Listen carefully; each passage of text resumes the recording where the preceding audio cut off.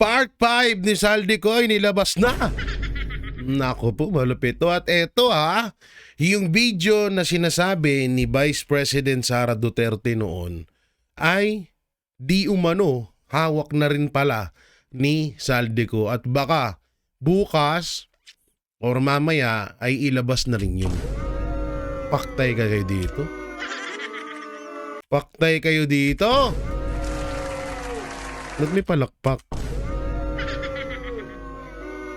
Ganda na suot ko ngayon, no? Oo, tumutupi lang sa leeg. Wala na nga akong leeg. Tapos, tumutupi pa yung sa leeg. Basa pa ata. Nakaligo ko lang, eh. Eto nga, no? Alam ko napanood nyo na to. Etong video ni Saldico. No, alam ko naman na napanood nyo na to. Pero yung sinasabing video ni Vice President Sara Duterte ay hawak na rin pala ni Saldico. At ito yung mga pag-uusapan natin. At ito, sinagot na ni Marcos Jr. yung matinding pasabog ng kanyang ate na si Amy Marcos. Sakit ng bunganga ko. May singaw. Oo, may singaw. Oy, shoutout nga po pala dun sa sa vlogger from Canada. Oo, na si Bayot Vlogger. Bayot Vlogger. Bayot ng Canada, kasi may mga ka-fake news siya na pinagsasabi about KOJC, about Attorney Torion at tawag dito, sino pa ba itong mga Angel Squad, Angel of Death, Angel of Death ba yun? O Angel Squad, hindi ko alam kung ano. Alam nyo, ito una-una kami yung buhay na saksi, wala ho kami ni Anino ng Angel of Death na nakita doon sa KOJC compound. Ni isang anino wala. Oo. Ang tagal ho namin doon. Ilang beses ho kami pabalik-balik doon. Wala kami nakita. At pangalawa na walang nakakita, etong si Torre. Diba? Ang tagal ni Torre doon, ni isang Angel of Death na sinasabi nila, wala silang nakita. Tapos itong putang inang bayot ng Canada na to. Itong putang inang bayot ng Canada na to, may mga nalalaman mga pupunta daw doon sa rally, 5 daw na sa daw to, mga member daw na Angel of Death ng KOJC.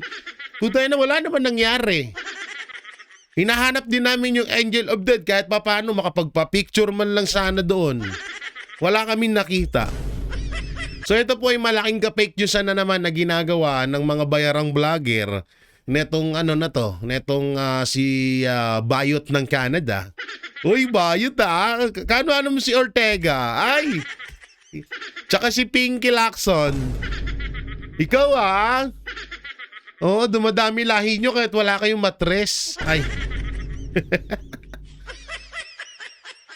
Gagawin lahat talaga nila para lang siraan ng KOJC. Pero nga pala, congratulations sa'yo. Kasi una-una, pinansin ka na namin ng Banateros Brothers.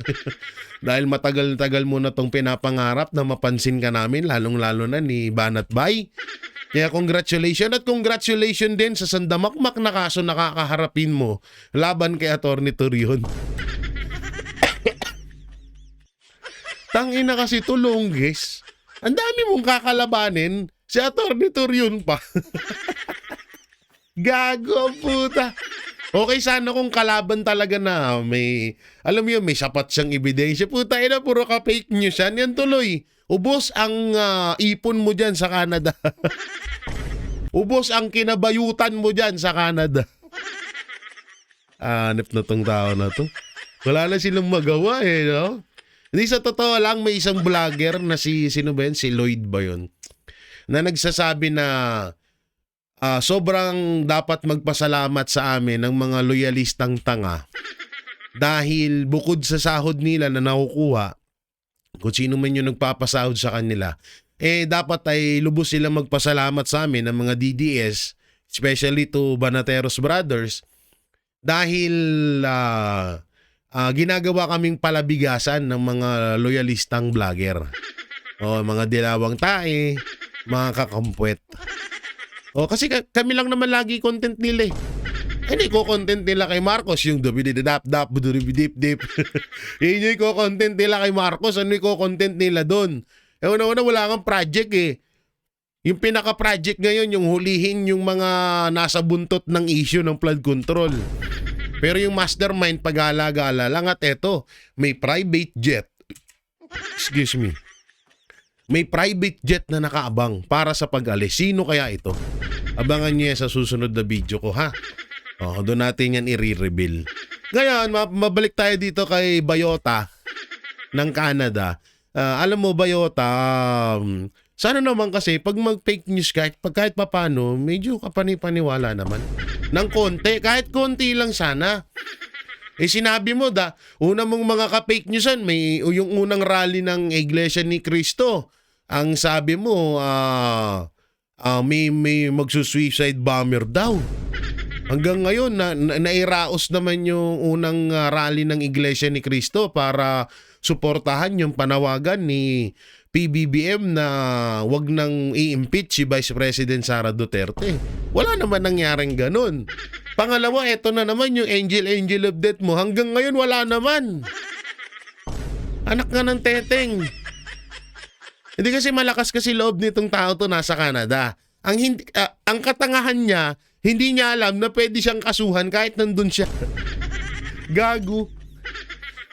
Pero yun nga, good luck sa'yo. Na matagal mo nang pinapangarap na mapansin ka ng Banateros. Congratulations. Alam mo, ganyan na ganyan din ako dati na gustong-gusto kong mapansin nila Banat Bay. Yan, syempre, idol ko yan eh. Gusto kong mapansin at hanggang ngayon, hanggang sa dumating yung araw na ako ay isa na sa mga Banateros brothers, pangilan ba ako? Di ko alam eh. Basta ako yung pinakagwapo sa kanilang lahat. Yun nga congratulations sa'yo at yun, abang-abang ka na lang sa mga kaso mo na isasampa sa'yo ni Atty. Turion at di ko alam kung magsasampa rin ba ang member ng mga KOJC dahil sa mga orong kampo ng KOJC dahil sa binibintang mo. Good luck na lang sa'yo, ha? Oo. Dami-damihan mo na lang yung content sa amin ng mga Banateros at DDS para kahit papaano makabawi-bawi ka sa mga bayarin mo. Ang masama pa nito, mukhang hindi ka makakauwi ng Pilipinas dahil siguro makakauwi ka pero ang dami mong kakaharapin na kaso, Inday. Oo, ang dami mo, kawawa ka naman. Bayot na, tanga pa. Ay. No. Kung inauwi ka ng Pinas, yung perang dala-dala mo, pamasko mo sana sa mga inaanak mo dito, sa mga pamangkin mo, sa mga kamag-anakan mo. Tapos mapupunta lang sa pangbayad kaso, kawawa ka naman, Dudong. Wala gusto mo yan eh. At saka hingi ka na lang kay alam mo na, hingi ka dun, sabi mo, advance sa talent fee. Mag-a-advance ka muna kasi syempre marami ka siguro. Sabihin na natin na mga nasa 1,000 na cyber libel lang kakaharapin mo. Plus iba't ibang kaso pa. Naku, ang dami mong kaso, Dudong. Oo, tapos doon pa kay Atty. Turion. Utangin na, kawawa ka dun, tol. Labas ang tumbong mo dun. Di sa totoo lang, ayaw naman din sana kilala natin ang KOJC na hindi palapatol or hindi nagpapa-apekto sa mga ganitong fake news. Pero kasi yung ginawa kasi ni Bayot ay sobra-sobra na. At dinamay niya pa yung napakatinong attorney na si Atty. Turion. Napakatinunong taong yun, hindi nga nakikisali sa mga gulo-gulo, hindi katulad nila Claire Castro at iba pang mga lawyer yun na nakikihalo sa mga gulo. No, tapos ikaw idadamay mo siya. So good luck na lang sa'yo, Bayot ng Canada. Bobo no? Bagay, vlogger ka ng mga loyalista at isa ka sa mga loyalista, ano pa basahan namin sa'yo? Samantalang dito muna tayo. Bago tayo mapunta doon sa mga pag-uusapan natin, dito muna tayo. Ha? Saldico may arrest warrant na nagbunga na ang pasensya nyo, sabi ni Marcos Jr. At sabi naman ni Atty. Rowena Guanzon, anong nagbunga? Pinagsasabi mo kayo ng pinsan mo na si Martin Luther king ang gusto namin makulong. Kawawa na naman. Ang galing no? Alam mo si Marcos Jr., ang galing din ng administrasyong Marcos na nasusustain nila yung yung pagiging sinungaling. Akala naman na siguro hindi kasi feeling ni Marcos, hindi pa rin alam ng mga Pilipino kung pinagloloko mo sila. Hindi ang akala ni Marcos Jr. May naniniwala pa sa kanya. Hindi niya alam na halos sa 100% na namumuhay ng mga Pilipino sa bansang Pilipinas, diring-diri na sa kanya. Sa mga ganitong ganitong tawag dito, ganitong karakas niya. So tayo na, 3 years ka na nagsisinungaling, Marcos, di ka pa ba napapagod? Marcos, magpo 4 years ka nang nagsisinungaling. Tama na. Hindi ka ba mapagod, pre? Hindi ka ba napapagod, pare? Sabi ko puro gin lang, wag pulburon. Tangina mo kung pinagsabay mo yung pulburon tsaka gin kaya ganyan ka ngayon. Hayop na to. Tama na. Puta na, magpo 4 years ka ng sinungaling.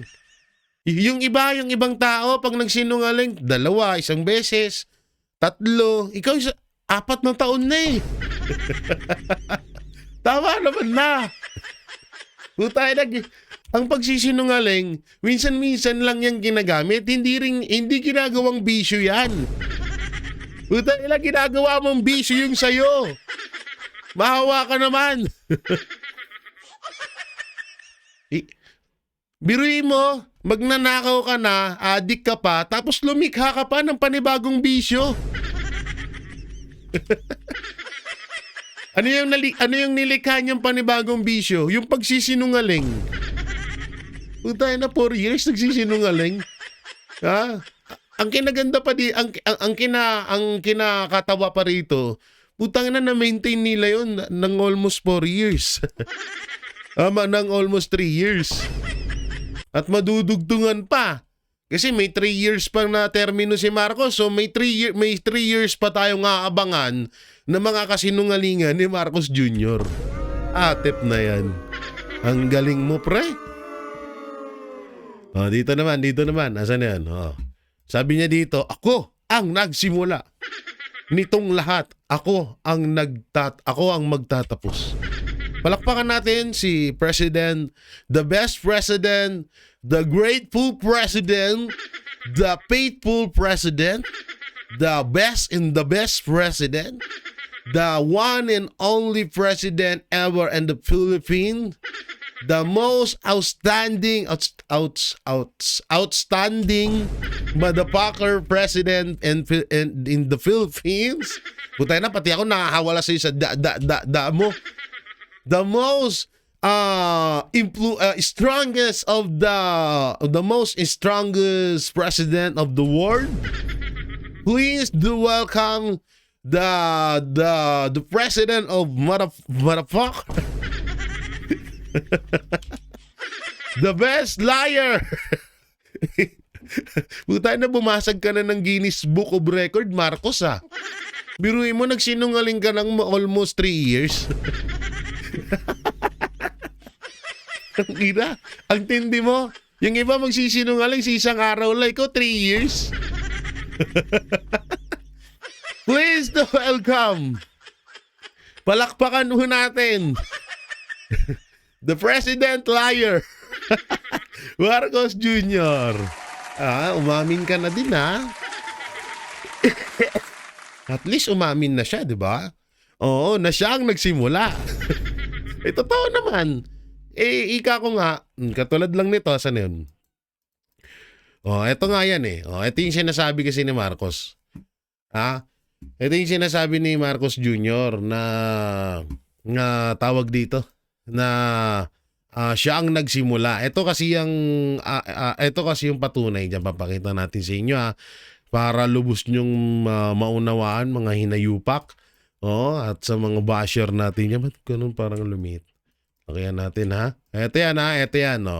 Kasi Kasi ang pinupunto rito ni Marcos Jr., ito po yun. Ito po yung pag-amin ni Marcos Jr. ha. Papakita ko natin, ito po yung pag-amin ni Marcos Jr. Ayan! Ito po yung pag-amin na sinasabi niya na siya talaga ang nagsimula. Basahin natin ha. Walang mga diskaya kung walang Saldico. Walang Saldico kung walang Martin Romualdez. Walang Martin Romualdez kung walang Marcos Jr. Ayan ang sinasabi niya. Buti naman. Salamat ha. Thank you very much. Best President of Drug Syndicate. Ay, sorry. Best President Bongbong Marcos, dahil sa pag-amin mong yan, bigyan ka po namin ng palakpakan na may halong katatawanan.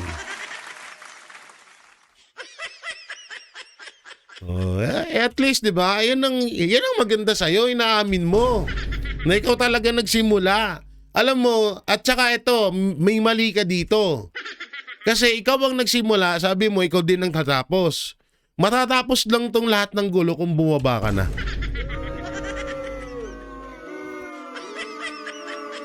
Bumaba ka muna para matapos na to. Inom muna akong tubig.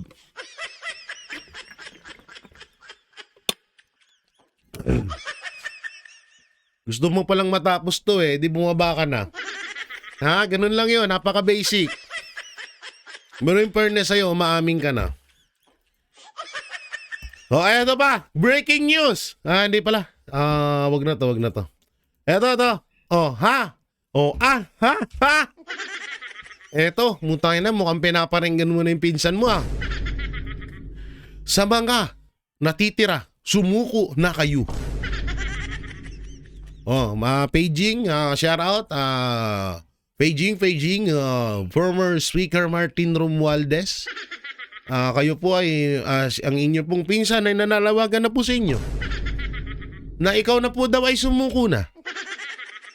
Dahil ikaw na lang po ang mga natitira. Nananawagan ka na sumuko, si Bunuan nga hinayaan nyo makalayas. Gago ka ba? Si Bunuan nga lumayas na At ngayon nga may mga bali-balita na may mga nakaabang na private jet para may ililipad na naman pa ibang bansa. Tapos ngayon sa mga natitira, sumuko na kayo. Ang masakit pa dito, yung mga nasa buntot ng isyong ito, yun yung mga hinuhuli nyo. Pero yung talagang mastermind, pinapabayaan nyo, pinapatakas nyo pa nga Ang ginang yan. Ang galing mo talaga. Talagang talagang dapat hindi Marcos ang apelyido mo.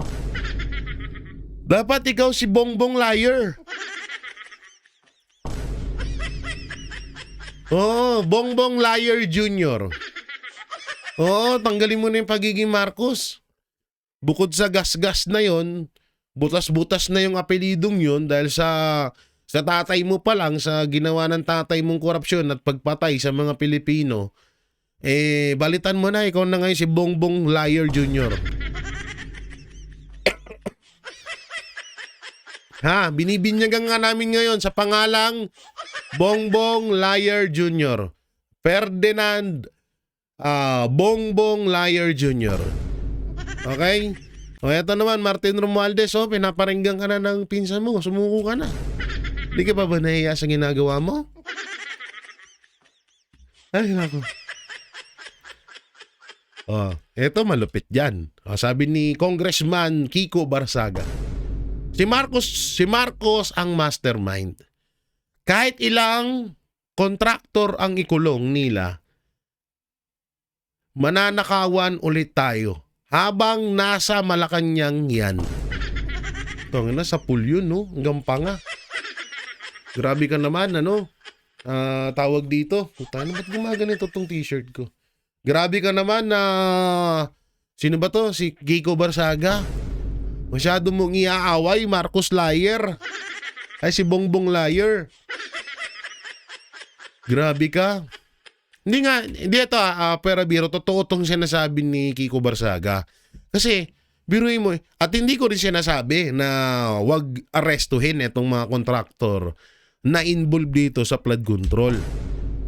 Kasi ang kataka-taka nga kasi, paano magagawa ng mga kontraktor yung nakawan? Unang-una sa inyo dumadaan yung pondo. 'Di ba? Ang liwanag nito, ito. Ang liwanag nito, ayan o. Eto yung mga kontraktor, sila Diskaya at iba pa. So paano sila nakapagnakaw? Dahil kay Martin Romualdez. Paano nakapagnakaw si Martin Romualdez? Dahil kay Martin Romualdez. Paano nakapagnakaw si Saldico? Kasi nga dahil kay Martin Romualdez. At paano makakapagnakaw si Martin Romualdez? Dahil kay Marcos Jr. Kaya itong sinasabi ni Congressman Kiko Barsaga na kahit ubusin niyo yung kontraktor, kahit ubusin niyo yung mga congressman, tutusin, may congressman ba nakulong? Meron ba?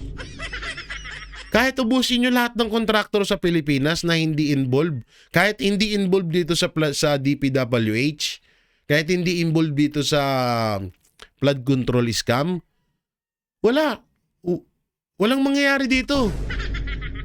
Hanggat hindi nakukulong si Martin Romualdez, Saldico, at si Marcos Jr. Ginagawa nyo na naman kaming tanga eh. Kaya itong sinasabi ni Kiko Barsaga, napakaliwanag nga naman ito. Na kahit anong gawin yung pagkukulong, pag-aaresto sa mga kontraktor, kung nandyan ang mismong mastermind, tuloy ang nakawan. At take note, nasa DPWH pa lang tayo. Wala pa tayo sa BIR, wala pa tayo sa DepEd, wala pa tayo sa custom. Marami pa iba. Wala pa tayo sa pagkor kasama ba yan? Ang dami pa natin, nasa DPWH pa lang ang pinag-uusapan na nakawan. What if pa sa iba? 'Di ba? What if pa sa DPWH? What if pa sa DepEd? Laki-laki ng pondo ng DepEd. Magkano yung binayaran, pinirmahan nung nakaraan para sa edukasyon? 6 trillion yun. Paalala lang ha, 6 trillion. Kaya nga paulit-ulit ko sinasabi, nakapokus tayo sa issue ng DPWH. Pero nakakaligtaan natin yung nakaraan 2026 national budget na nagkakahalaga ng 6 trillion na pinirmahan. Nakakaligtaan natin yun habang tayo nakapokus sa DPWH. Hindi ko sinasabing na wag na tayong tumutok sa nakawan sa DPWH. Nakawan sa flood control. Hindi ko sinasabing wag tayong tumutok doon. Ang punto ko is andun pa lang tayo. Hindi natin napapansin doon yung 2026 national budget. Kung nakapagnakaw sila nung 2025 national budget, what if ba sa 2026 national budget? Yan ang sinasabi ko sa inyo. At pwedeng mangyari yan. Pwedeng mangyari yan. Tangna 6 trillion yun. 'Di ba? 6 trillion yung pera na yun. Kung dito nga nakapagnakaw sila doon pa kaya? Kaya dapat may isa din na mag-imbestiga doon sa 2026 national budget. Binibilog tayo dito sa 25 national budget Binibilog tayo sa flood control issue na wala namang nakukulong na mga bigating tao. Puro yung mga kontraktor lang. Hindi natin namamalayan na ginagapang na rin pala nila yung 6 trillion budget para sa edukasyon. Yun yung masama doon, no? Eto pa. Eto maganda pag-usapan to. Eto yung babala ng isang retired general, Romeo B. Pukyos ba? Tama ba yung bigkas ko sa apelido mo, sir? Pasensya na, ha? Sabi niya, hindi po kami dadalo o sasama dyan sa November 30 rally sa Luneta at People Power Monument. Dahil unang-una, nag-organize nito ay kasama dyan yung Makabayan. Yung Makabayan, isa po yan sa mga makakaliwa, ng mga recruiter ng mga kabataan para gawing NPA. Alam naman natin yung kanilang killing ay komunista. Hindi po kami sasama sa kanila. At nalaman namin na may plano silang maggasik ng kaguluhan kaya hindi kami sasama dyan. Shoutout kay John Vic Remulla ha. Paki-aksyonan to ha. Oo, sa November 30 may rally ang mga NPA.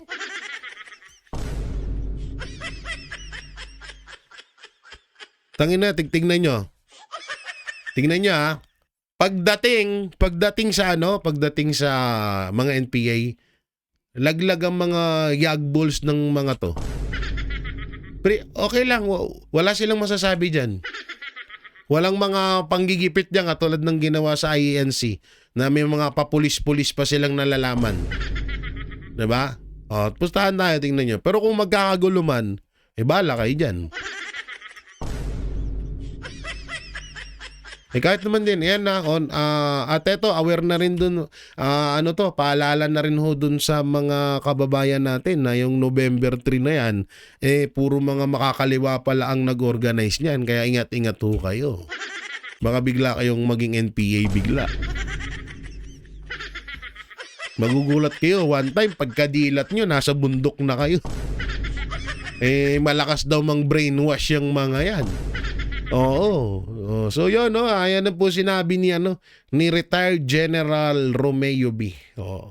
So dito naman tayo. Eto malupit din. Sabi naman ni retired B-Gen Orlando de Leon. Hello, Manay Lenny. Sa halip na sisihin si Pangulong Duterte sa talamak na droga sa syudad mo, magtrabaho ka. Magtrabaho ka nga ni. Hindi nakukuha ang war against drugs sa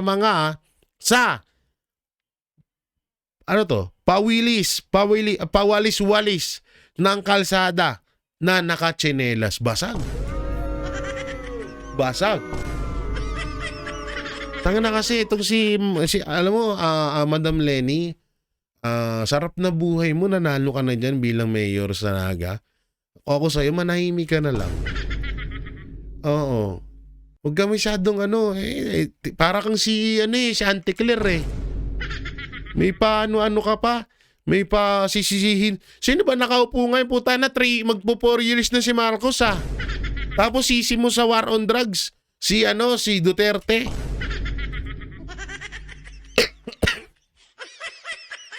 o baka takot ka lang din kay Marcos Jr.? Na baka bigla kang pag-initan. Okay. Gets na namin yun. Huwag ka mag-alala, Manay Lenny. Gets na namin yun kung bakit hindi ka pumapalag kay Marcos Jr. Na kung bakit kay Pangulong Duterte ka pa rin mo sinisisi na kahit magpo 4 years nang nakaupo bilang presidente itong si Marcos. Gets na namin yun. Huwag ka mag-alala. Alam namin yun. Nakakampi nyo na sila. Ang ginang yan. Ito pinakamalupit. Diba nung nakaraan sabi niya sa atin, panatilihing simple at makabuluhan ng Christmas at New Year End celebration. Mahalaga na ipagdiwang ang Pasko ng may konsiderasyon sa ating mga kababayan na patuloy na bumabangon. Sabi ni Marcos Jr. via Claire Castro. Manatiliing simple, puta na, naka-red carpet pa kayong mga hayop kayo. Tapos simple. Tapos may mga singer pa kayo, may mga dancer, tapos simple. Tapos ipapanawagan mo sa amin na simplihan lang namin ang pag-celebrate ng Christmas at New Year. Gago ka ba? Kung sabog ka, wag mo kaming idamay. Ang inan to. Yun na nga lang yung pangpawala stress namin para hindi namin masyadong maisip yung pagnanakaw nyo. Tapos pagbabawalan nyo pa kami. Gago ka ba? Tira ulo. Pag expired, sundutan.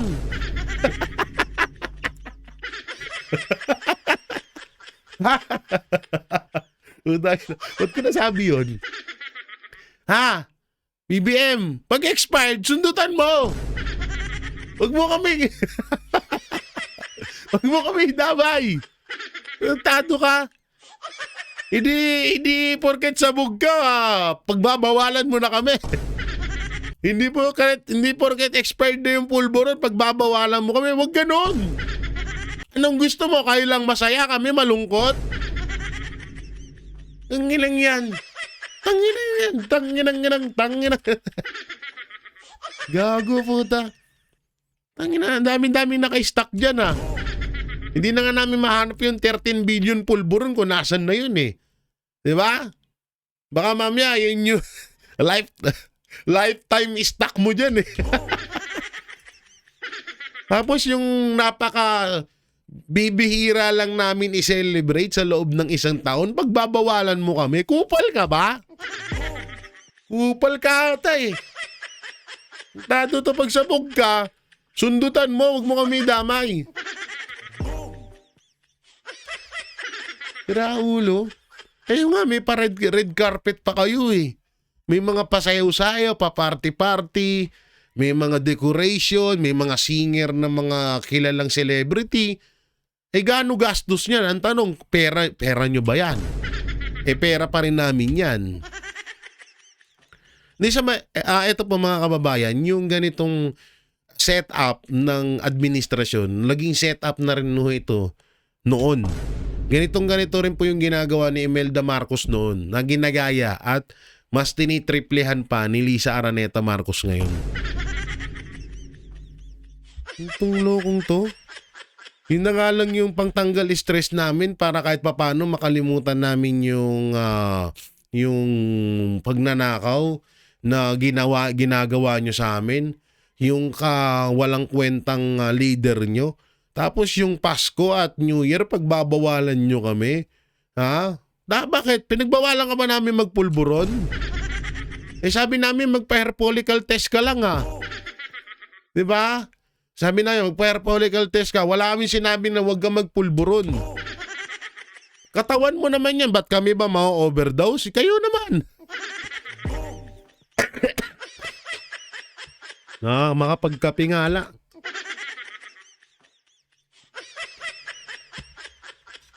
Mga kupal.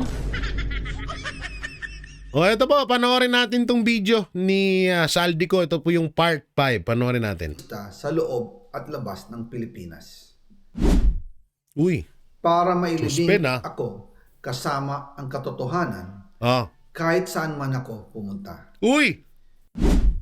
Sinabi na agad sa akin ni Speaker Romualdez na kailangan ko makapag-deliver ng 2 billion pesos kada buwan. Yan na. Para sa 2 billion pesos kada buwan. Iba ka, Martin. Sana all. Di-deliver ng male-maletang pera patungo sa bahay ni Speaker. Ang sinabi mismo ni Speaker Martin sa akin na hati sila ni Pangulong Marcos sa perang yon. Paktay na. Yan na. Hati sila ni Pangulong Marcos sa perang yun. 2 billion buwan-buwan. Tangina talaga.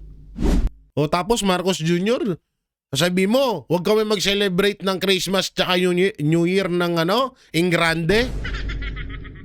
Namo. Para gamitin bilang bagsakan at imbakan ng pera mula sa mga SOP, koleksyon at deliveries na para sa Pangulo. Huwag mo akong pigilan sa mga insertions ko. Huwag ka nang makialam sa budget. Tangina, lupit. Ang gusto niya ng 50 billion pesos na insertion. Ngunit ang sagot ng Pangulo, humingi ka ng bago or dagdag na insertions.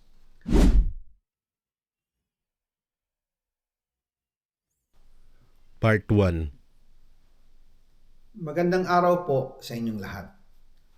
Bago ko ipagpatuloy ang aking paliwanag, nais ko munang magpasalamat sa inyo. Maraming salamat sa inyong bukas na isipan, sa inyong pasensya, at sa pagtanggap ninyo sa mga impormasyong aking ibinabahagi. Alam kong hindi madali ang mga paksang ito. Mabibigat at mahirap tanggapin. Hindi po ako makauwi dahil malaki ang banta sa buhay ko. Ngayon naman ay meron kaming natanggap na balita. Papalabasin ng administrasyon na ako ay isang terorista sa loob at labas ng Pilipinas. Para mailibing ako kasama ang katotohanan kahit saan man ako pumunta. Pero mahalagang malaman ng taong bayan ang katotohanan. Muli, taos-puso akong nagpapasalamat sa inyong pakikinig. Una po sa lahat, sinasabi ng ICI at ni Henry Alcantara na 21 billion pesos daw ang napunta sa akin. Hindi po totoo yun. Wala akong natanggap na ganyang halaga. Ang totoo, mula 2022 hanggang 2025, ang kabuuang pera na dumaan sa akin para ibigay kay Pangulong Bongbong Marcos at kay dating Speaker Martin Romualdez ay umabot sa 56 billion pesos at hiwalay pa dyan ang 100 billion pesos insertion ng Pangulo sa 2025 budget. Pati na rin ang 97 billion pesos flood control insertion na inilagay sa NEP ng 2026 national budget. Balikan natin kung paano ito nagsimula. Noong 2022, kakaupo ko pa lang bilang chairman ng House Committee on Appropriations, sinabi na agad sa akin ni Speaker Romualdez na kailangan ko makapag-deliver ng 2 billion pesos kada buwan. Makalipas ang ilang araw, tumawag sa akin si Yusek Bernardo. Sabi niya, kailangan ng tulong ng Bulacan sa problema nila sa baha. Pinapunta niya sa opisina ko sa Kongreso si DPWH District Engineer Henry Alcantara. Sa naging meeting namin ni Alcantara, siya mismo ang nag-offer kung paano ang hatian sa mga proyekto ng DPWH. 22% para kay Speaker Romualdez, 2% para kay Yusek Bernardo at 1% para sa kanya. Doon po nagsimula ang tinatawag nilang deliveries. Ang sistema po ay ganito. Ang mga tao ni Henry Alcantara ay nakikipag-ugnayan sa mga tao ko na sina Paul Estrada at Mark Tiksay. Sila ang tumatanggap na pera mula sa mga tao ni Alcantara. Minsan sa bahay ko sa Valle Verde, minsan naman sa BGC parking.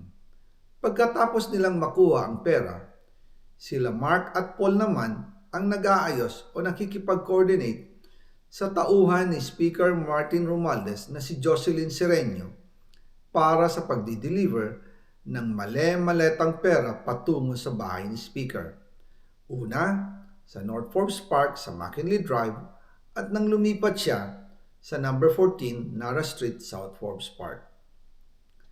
Gusto ko pong linawin, hindi ako nakikialam sa mismong proseso ng paghatid.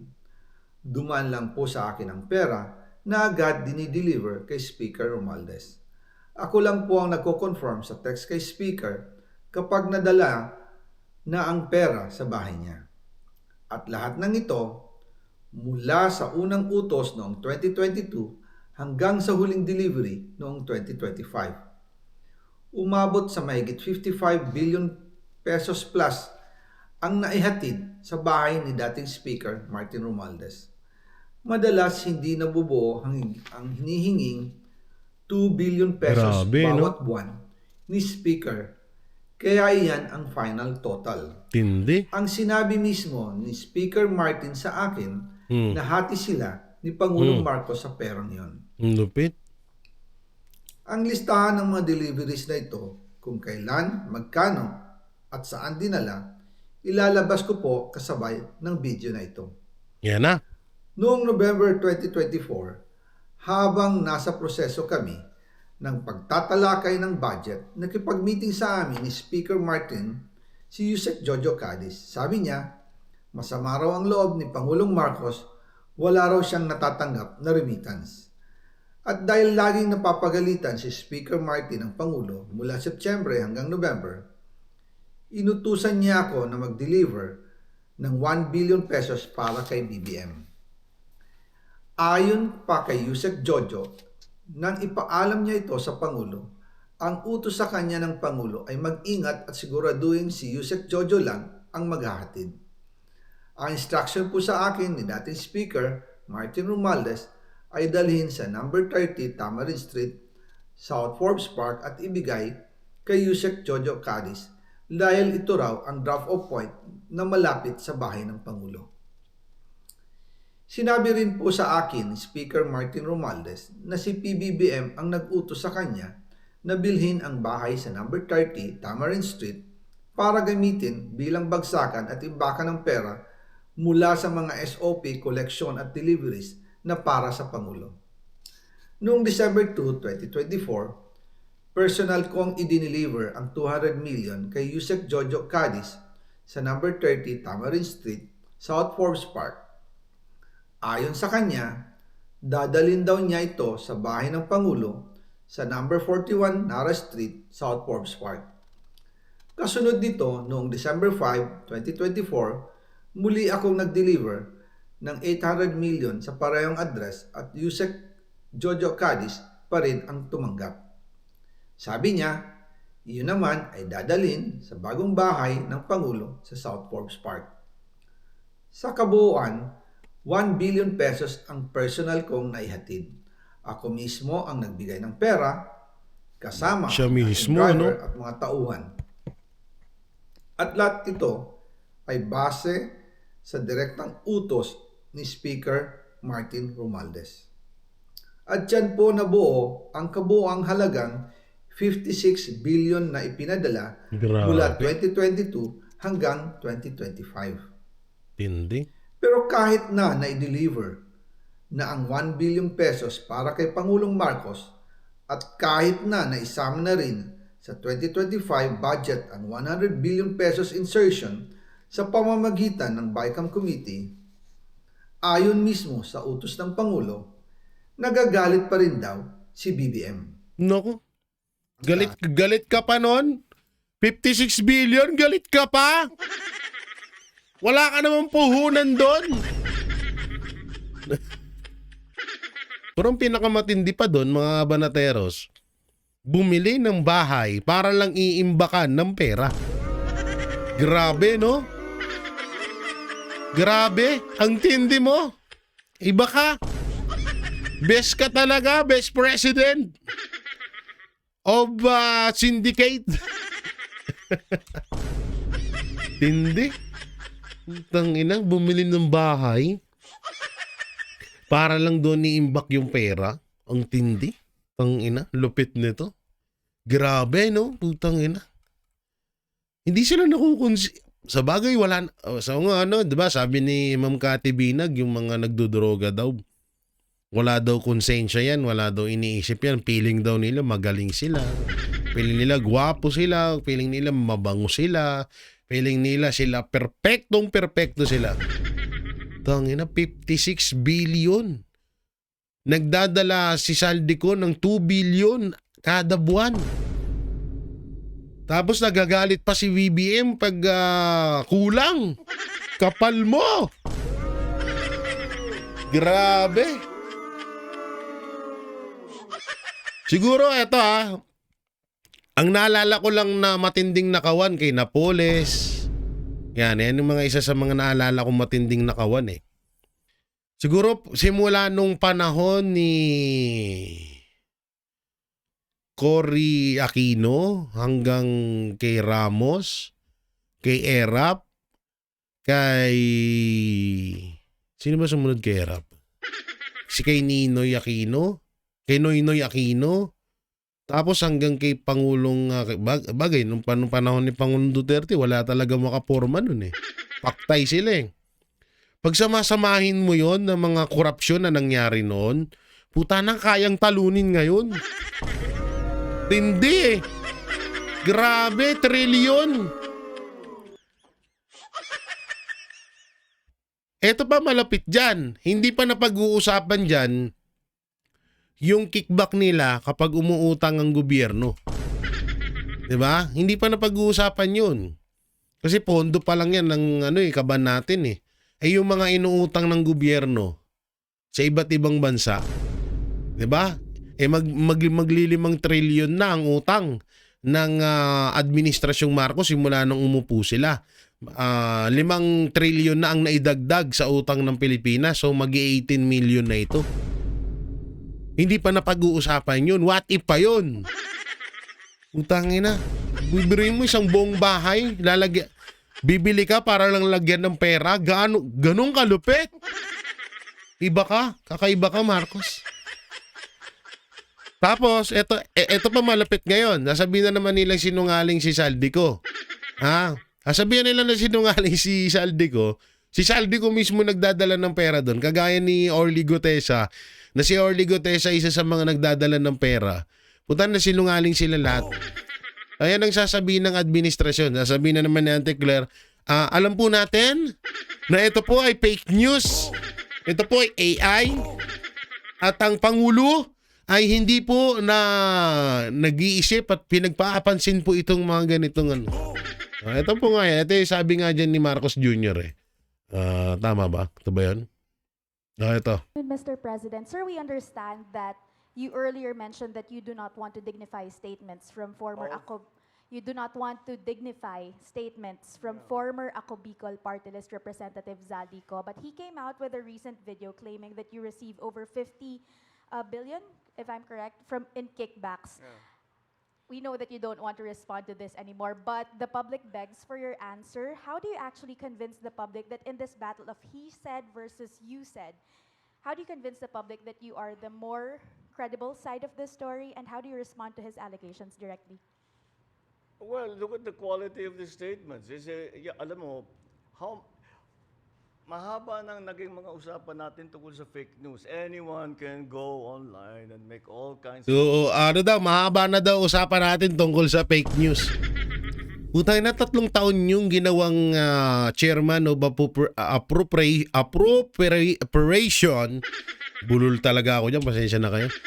Si Saldico, tapos ngayon fake news. Katarantaduhan mo. Ito pakinggan natin sasagot niya. Well, look at the quality of the statements. Alam mo, mahaba nang naging mga usapan natin tungkol sa fake news. Anyone can go online and make all kinds of claims and say all kinds of things. Paulit-ulit. But there's it means nothing. Kinasa yung panga. Ang cute niya talaga magsalita no? It means something. Umuwi siya rito. Harapin niya yung mga kaso niya. Kung meron siyang gusto sabihin niya. Malalaman naman ng tao yan Patunayan. But come home. Come home. Ba't ka nagtatago sa malayo? Ako, hindi ako nagtatago Kung meron...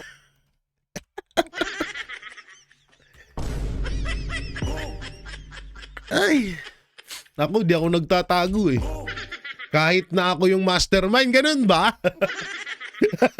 Ganun ba yon, Marcos? Ako di ako nagtatago. Saldico, kahit ako yung mastermind, nandito pa rin ako. Okay. Kung akusasyon sa akin, nandito ako. Galing. Tapang, ang tapang. Para patas lang naman. Tapang, grabe. Thank you very much, Mr. President. Oo, grabe no, sobrang This afternoon. Thank you very much. Grabe, sobrang tapang ng ni presidente, Talagang nakakatakot. Ba't nagtatago ka? Ako nga, nandito lang ako kahit ako yung mastermind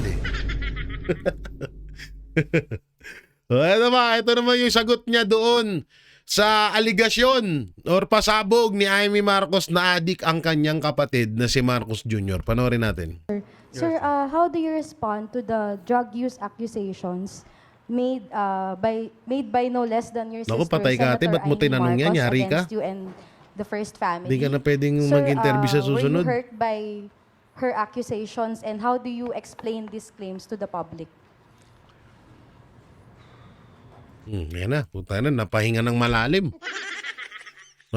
Maririnig nyo po dito si si Willie Rebillamy maririnig nyo po si Willie Rebillamy dito. It's anathema to me to talk about. Tangina, what do you talk about? family matters. Oh, generally okay. in Okay. public. I do not like to. We do not like to. Nag-loading guys. Ang ina, sabi niya, hindi ako prepare dito eh. Sabi niya, hindi ako prepare dito sa ganitong tanong. Bakit nyo tinanong? Napaisip tuloy. Yung tayo na, ate, shoutout sa'yo, yung anchor na nagtanong. Grabe ka, ang galing mo. Ngayon mo lang napag-isip si Marcos ng ganito. Show our dirty linen in public. I'll just say this much. For a while now, we've been very worried about my sister. When I say we, I'm Yung tayo na, ngayon. Nung pasabog ni Amy Marcos, siya yung nag-aalala sa'yo. Ngayon, ikaw na yung nag-aalala sa kanya. Ang tindi mo talaga. Nag-aalala nga sa'yo ate mo, tas ngayon, ikaw pa yung nag-aalala sa kanya ngayon. Ano ibig sabihin nito? Mas, wala na sa katinuan si Amy. Nag-aalala daw siya eh. talking about friends and family. And the reason that is because the lady that you see talking on TV is not my sister. Uy, hindi niya daw kapatid yun. Ang tanong ng anchor, ano pong may kukomento nyo sa mga sinabi sa mga aligasyon ni Amy Marcos? Ang sinabi niya rito, nakausap niya daw yung mga kapatid niya, mga relatives niya, mga kaibigan niya. Layo ng sagot, no? And that view is shared by our cousins, our friends. Hindi siya yan. Hindi siya yan. So, Sino yun? Multo ba yun? Baka si Sadako yun, no? Hindi pala si Amy yun. and that view is shared by our cousins, our friends. Hindi siya yan. Hindi siya yan. So that's why we worry. So we are very worried about her. I hope she feels better soon. Sir, quick follow-up lang po. Nagkausap na po ba kayo, sir? Or do you intend to talk to your sister? We don't really, we no longer travel in the same circles, political or otherwise. So no. Okay, thank you, Mr. Thank you, President. sir. For the last question, Tipid na tipid, Good afternoon, sir. Tipid na tipid yung tanong kay Marcos. So yun nga, sabi dito ni Marcos Jr., hindi daw yun ang kapatid niya at nag-aalala daw siya sa kondisyon nito. So, isipin na lang ho natin na yung nakita natin sa telebisyon o nakita natin sa anong social media platform na isang Senator Amy Marcos na nagsasalitang adik ang kanyang anak, ang kanyang kapatid at ang asawa nito at ang mga anak nito ay mga nagdudroga. So isipin na lang po natin na yun ay isang panaginip lamang. At hindi po talaga si Amy Marcos yun. Yun po ay si Sadako. Ay. Hindi daw si Amy Marcos yun. At nagwo-worrying. Tanga na nga. Kaya nagsalita ng ganun si Amy Marcos kasi nag-aalala na siya sa'yo. Tapos ngayon, nag-aalala ka naman sa kanya. Ayop na yan. Sa sobrang caring nyo sa sobrang sa sobrang pagmamahalan nyo magkapatid, ano kayo, parehas kayo nag-aalala sa isa't isa. Akala ko epekto ng droga, tamang hinala, yung pala. Tamang, tamang aruga. Sa bagay, di ba? Sabi nga ng iba, bakit daw hindi natutulog ang mga adik? Ang katwiran ng mga adik, binabantayan ko lang ang sarili ko. Kaya binabantayan ko lang sarili ko. Kasi sinabi yan ni Aklas sa Flip Top. Sabi ni Abra, hindi ka na natutulog, Philip. Tapos kasi Philip kasi kung sa mga nakakilala dyan, baka hindi nyo kilala rin si Aklas, no? Sagot ni Aklas, bakit hindi ako natutulog? Binabantayan ko lang ang sarili ko. So baka ganun din si Marcos Jr. Baka sa sobrang pag-aalala sa kanya ng ating niya, hindi na rin siya natutulog at binabantayan niya din ang ating niya. At, kung yung tatay nga nilang matagal ng patay, nakakausap pa ni Marcos Jr. Alam mo Marcos Jr., magpakumbaba ka. Kausapin mo ang ate mo. Kahit hindi mo siya nakikita. Tatay mo nga matagal ng patay, nakakausap mo pa, ate mo pa kaya buhay pa. Ay, naku.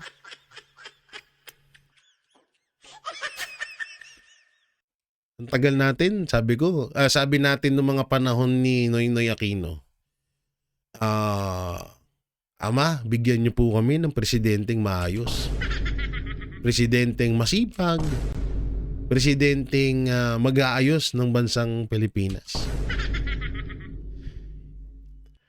Ang binigay sa atin, baliw. Joke lang, hindi mo natin sinisisi itaas dyan, no? Pero yun nga, ito ay mas okay na rin to ngayon dahil kung hindi din dahil kay Marcos, hindi rin natin malalaman kung sino-sino yung mga politiko na hindi natin karapat-dapat pang pagkatiwalaan kahit kailan. No, kaya kayo mga magulang dyan, ha? Yung mga anak nyo, hanggat bata pa, sabihin nyo na pagdating ng paglaki nyo, ang iboboto nyong tao, wag ito. Ha, ituro niyo yung mga politikong mga salot sa bayan natin. Turo niyo sa mga anak niyan. O eto, si ganito, wag mo iboboto yan. Kawatan yan. O eto, si ganito, wag mo iboboto yan, ha? Kasabwat ni ano yan. O, ituro niyo sa mga anak niyo yun. Para pagdating ng panahon, hindi naman habang buhay pa kami. Oo nga, lalong ngayon, gigil sa amin yung mga yan. Alam nyo naman ng mga anti-Duterte kapag kinakalaban sila, pikon na pikon yan. Gusto, padukot na lang. Kaya kayo mga magulang, tuturo nyo sa mga anak nyo na pagdating ng panahon na pwede na silang bumoto, tandaan nila yung mga pagmumukha ngayon ng mga demonyo sa lipunan natin. Yan ang hindi nila dapat pagkatiwalaan kahit yung mga kaapu-apuhan ng mga yan. So yan mga banateros, mga kabiyaya, yan sa mga naghahanap po na kung saan kami mapapanood tuwing Sabado 6 p.m. to 8 p.m. I-subscribe nyo po ang Vox Populi, ang Boses ng Bayan. May YouTube channel po yan. At sa Facebook, at meron din po yung Facebook page. Diyan nyo po mapapanood ang Banateros Brothers tuwing Sabado 6 p.m. to 8 p.m. At syempre, supportahan nyo rin po ang SMNI, ang DCAR at anumang social media platform ng SMNI sa Facebook. Pakipollow nyo po. Syempre, ang mga Banateros Brothers din na sila Banat Bay, Coach Oli, Master Judea, Boss Dada, Paring RJ, Sir Jack, at syempre ako at yung mga tropa pits natin dyan, ang mga DDS vlogger na sila PH Update and Donmar TV at iba pa. So yun, maraming salamat. Ano pong may kukomento nyo, i-comment nyo lang po dyan sa baba at ating babasahin yan. At pakidamay na rin po ang pag-like and share para mapanood pa po na iba pa nating mga kababayan, lalong-lalo na ng ating mga mahal na senior citizen na patuloy na nanonood at nakaantabay sa balitang totoo dito sa Pilipinas. So, siyempre sa mga hero abroad na patuloy na binabantayan ng anumang nangyayari dito sa ating bayan. So yan, maraming salamat. Ingat po kayo palagi. God bless and peace and bye-bye.